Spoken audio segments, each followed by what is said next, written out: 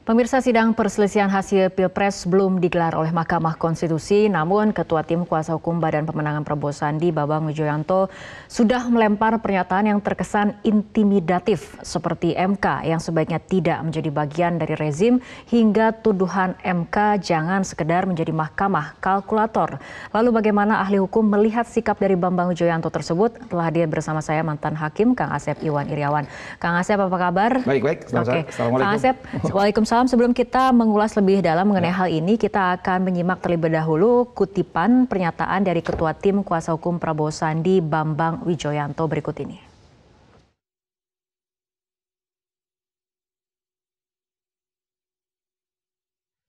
Oke, ini adalah pernyataan dari Bambang Wijoyanto yang mengatakan mudah-mudahan Mahkamah Konstitusi bisa menempatkan dirinya menjadi bagian penting di mana kejujuran dan keadilan harus menjadi watak dari kekuasaan dan bukan justru menjadi bagian dari satu sikap rezim yang korup.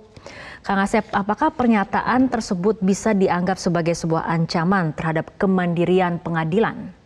Ya, kalimat terakhir yang menarik ya, rejim yang korup. Padahal kita mengenal pembagian pemisahan kekuasaan. Ada yudikatif itu dilaksanakan oleh kekuasaan kehakiman dari Republik Indonesia menurut pasal 24 dilaksanakan oleh MK dan MA. Dua-duanya lembaga imparsial independen. Artinya lembaga yang bebas dan tidak memihak. Itu kekuasaan kehakiman. Kemudian kekuasaan eksekutif nggak ada kaitan sama yudikatif. Nah sekarang kan di Undang-Undang Pemilu itu ya 7 tahun 2017 dikatakan ada pelanggaran pemilu, ada sengketa ya proses pemilu, ada perselisihan hasil pemilu. Nah ketika sekarang perselisihan hasil pemilu, undang-undang menentukan ke Mahkamah Konstitusi. Hanya Mahkamah Konstitusi lah kewenangan itu. Nah Mahkamah Konstitusi memutus, sekali lagi tolong dibaca ya, berdasarkan alat bukti pasal 36. Alat buktinya ada 6. Surat atau tulisan, keterangan saksi, keterangan ahli, keterangan para pihak, petunjuk, alat bukti lain berupa informasi. Nah, hakim memutus berdasarkan alat bukti itu.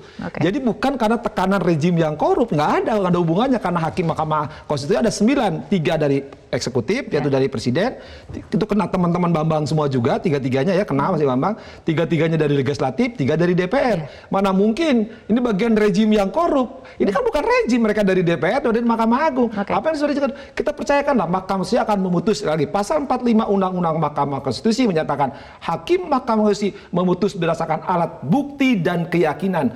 Keyakinan karena alat bukti. Nah alat bukti tadi pasal 36 buktikan saja sekarang ini perselisihan hasil, artinya ada selisih hasil dibuktikan dengan alat bukti. Nah alat buktinya harus diperoleh berdasarkan hukum. Sekali lagi itu. Jadi kalau alat bukti tidak berdasarkan hukum ya tidak akan dipertimbangkan. Artinya apa? Jadi jangan dikaitkan rejim korup, jadi dikaitkan dengan yang lain. Udah buktikan aja dengan alat bukti. Baik, apakah pernyataan seperti itu artinya bisa dikategorikan sebagai contempt of court? Tapi jawaban Kang Asep ditahan dulu, kita akan ikuti jeda berikut terlebih dahulu.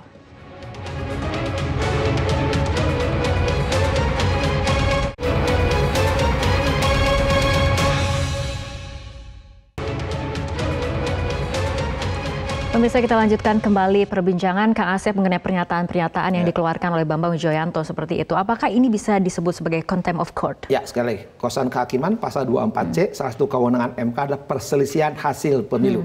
Undang-Undang Mahkamah Konstitusi pasal 1 jelas, pasal 29 jelas. Undang-undang tentang pemilu juga menyebut ya. Jadi artinya diselesaikan oleh Mahkamah Konstitusi. Ketika sepakat menyelesaikan hasil perselisihan ke Mahkamah Konstitusi, artinya negara memberi kewenangan. Itulah kompetensi absolut. Ketika ada pihak menyerahkan ke Mahkamah Konstitusi, menyatakan ini rejim, bagian sebuah rejim korup, jangan tekanan dan sebagainya kalimatnya itu, ya jelas ini merendah contempt of court, merendahkan martabat pengadilan. Dan itu tertulis loh di penjelasan Undang-Undang Mahkamah Konstitusi. Cuman masalahnya kita belum punya Undang-Undang contempt of court. Tapi seharusnya para penegak hukum ya tahu itu.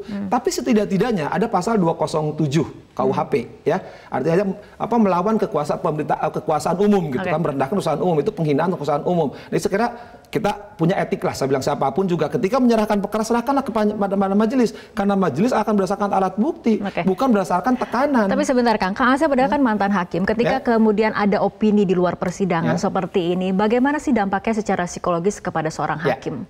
maaf dengan salah hormat, tapi tanggung jawab saya katakan, selalu saya katakan dari zaman saya narasumber, persetan dengan apapun. Hakim itu di persidangan hanya alat bukti, pembuktian. Buktikan peristiwa kejadian itu dengan alat bukti. Nama baik, mau begawan, begal, kan nggak ada urusan. Mau masak, mau apapun nggak ada urusan. Selama data, selama dalil tidak dibuktikan dengan alat bukti, ya nggak bisa. Karena itu hakim itu yakin, ya di perkara pidana maupun perkara konstitusi, dengan alat bukti, kecuali perdata kebenaran formal. Tapi di Mahkamah Konstitusi jelas pasal 45 ayat 1. Hakim memutus dengan alat bukti dan keyakinan, dan alat bukti harus dasar perjanjian.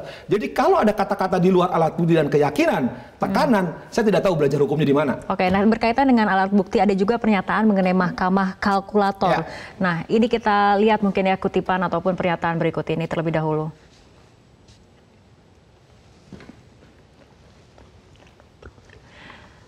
Ya, ini kembali pernyataan dari Bambang Wijoyanto, Ketua Tim Kuasa Hukum Prabowo Sandi. Kami mencoba mendorong Mahkamah Konstitusi bukan sekedar mahkamah kalkulator yang bersifat numerik, tapi memeriksa betapa kecurangan itu sudah semakin dahsyat. Mahkamah kalkulator. Tanggapannya Kang Asep? Kita kan baca, kita negara hukum berdasarkan hukum, ya pasal 24 tadi saya katakan 24C. Salah satu kewenangan MK itu perselisihan hasil. Kalau selisih hasil, ngitung dong. Makanya banyak anak hukum nggak masuk fakultas hukum karena matematiknya bego. Nah, zaman sekarang nggak usah dihitung biasa-biasa pakai jari dan sebagainya. Ada kalkulator, itu kalkulator. Tapi jangan katakan Mahkamah Konstitusi jadi Mahkamah kalkulator. Karena pasti ngitung pakai kalkulator yang gampang. Sekarang nggak pakai kalkulator, pakai komputer kok. Ya, jadi jelas perselisihan hasil. Itu di Undang-Undang Dasar 45, tolong dibaca 24C ayat 1, di Undang-Undang Mahkamah Konstitusi pasal 1 ayat 3 dan pasal 29, kemudian di Undang-Undang Pemilu pasal 2 di Undang Pemilu juga pasal 454 dan seterusnya, ya 473 dan seterusnya itu mengatur. Jadi perselisihan hasil. Kalau bicara perselisihan hasil ya harus dihitung. Ya itu emang numerik, tapi di MK memang perselisihan hasil. Itu kalimat coba tolong dibaca. Kalau sekarang TSM itu udah pasal 463 di Undang-Undang penjelasannya kewenangan Bawaslu. Tapi oke lah, sekarang dia mengatakan kecurangan dahsyat. Loh, kok kecurangan dahsyat? Justru kecurangan dahsyat itu kalau misalkan dikaitkan dengan TSM, buktikan. Ini kan bicara angka. Kenapa Jokowi 55,5, nomor 2 kenapa 45? Nah itu yang dibuktikan hasilnya. Nah katakanlah sekarang kata kecurangannya, buktikan kalau ada kecurangan. Kalau terstruktur, masif, kemudian sistematis. Kalau mau, tapi sebenarnya hanya perselisihan hasil. Sekali pun ditekankan, perselisihan hasil. Ada menggunakan kata hanya. Tapi udah kandung sekarang, memang putusan belum ada. Tapi sejak 7/2017 itu TSM itu masuk di Bawaslu. Baca pasal 463. Tapi kewenangan MK sekali lagi tadi perselisihan hasil. Baca aja pasal aslinya. Nah, kalau bisa katakan perselisihan ini dari selisih hasil suaranya kan ada sekitar 16,9 juta. Nah, ini mengenai kekuatan alat bukti yang kemudian relevan dengan dalil pemohon ini seperti apa dengan selisih yang sedemikian besar? Perselisihan hasil jadi selisih kan, jadi persengketaan gitu kan, jadi sengketa di Mahkamah Konstitusi. Kan dibuktikan tadi dengan surat, tulisan, keterangan saksi dan seterusnya 6 alat bukti. Ya sekarang kalau selisih hasil pasti dengan angka dong. Kalau angka dengan apa? C1 kan? C1 berjenjang, bertahap dari TPS, KPPS, kabupaten, kota madya, provinsi, pasti dihitung pakai kalkulator kan? Nah sekarang curangnya di mana? Ketika tahapan itu ada berita acara. Jadi jangan bicaralah narasi, diksi yang seolah kecurangan yang diciptakan, yang akhirnya mempengaruhi. Itu buktikan dengan alat bukti. Jadi kalau ada curangnya 80 juta lebih dengan 60 juta lebih, itu di mana? Ya buktinya limitatif tadi dengan surat atau tulisan, dengan saksi atau dengan ahli. Ya, tapi kan kalau selisih hasil gampang, ya surat, tulisan C1 yang sudah terkumpul formulir sampai tingkat nasional yang sudah dihitung, ya itu kan disaksikan oleh semua. Nah kalau itu ada kecurangan kan ada proses berita acara. Nah sampai sekarang lagi udahlah daripada membuat opini-opini publik, ya sekali lagi majelis bukan tercipta karena tekanan massa, tapi tekanan data yang dibuktikan dengan alat bukti. Alat bukti tadi pasal 36 Undang-Undang Mahkamah Konstitusi, surat atau tulisan, saksi atau keterangan ahli. Tapi bicara selisih angka, nggak mungkin orang yang ngomong. Yang ngomong adalah tulisan. Tulisan itu harus diperoleh berdasarkan bukti sah secara hukum, bukan dengan fotokopi apalagi dengan kemarin potongan-potongan clipping. Itu nggak bisa. Kita mengenal surat itu ada akta otentik, akta di bawah tangan. C1 itu adalah otentik, ya. Kalau jangan misalkan mengudak-gudingkan, itu nggak akan itu jelas pasal 45 ayat 2 Undang Mahkamah Konstitusi, alat bukti yang didapatkan tidak secara sah dikesampingkan. Oke, ini alat bukti dari BPN ini juga kemudian yang dibawa ke Bawaslu kembali dibawa ke MK seperti itu.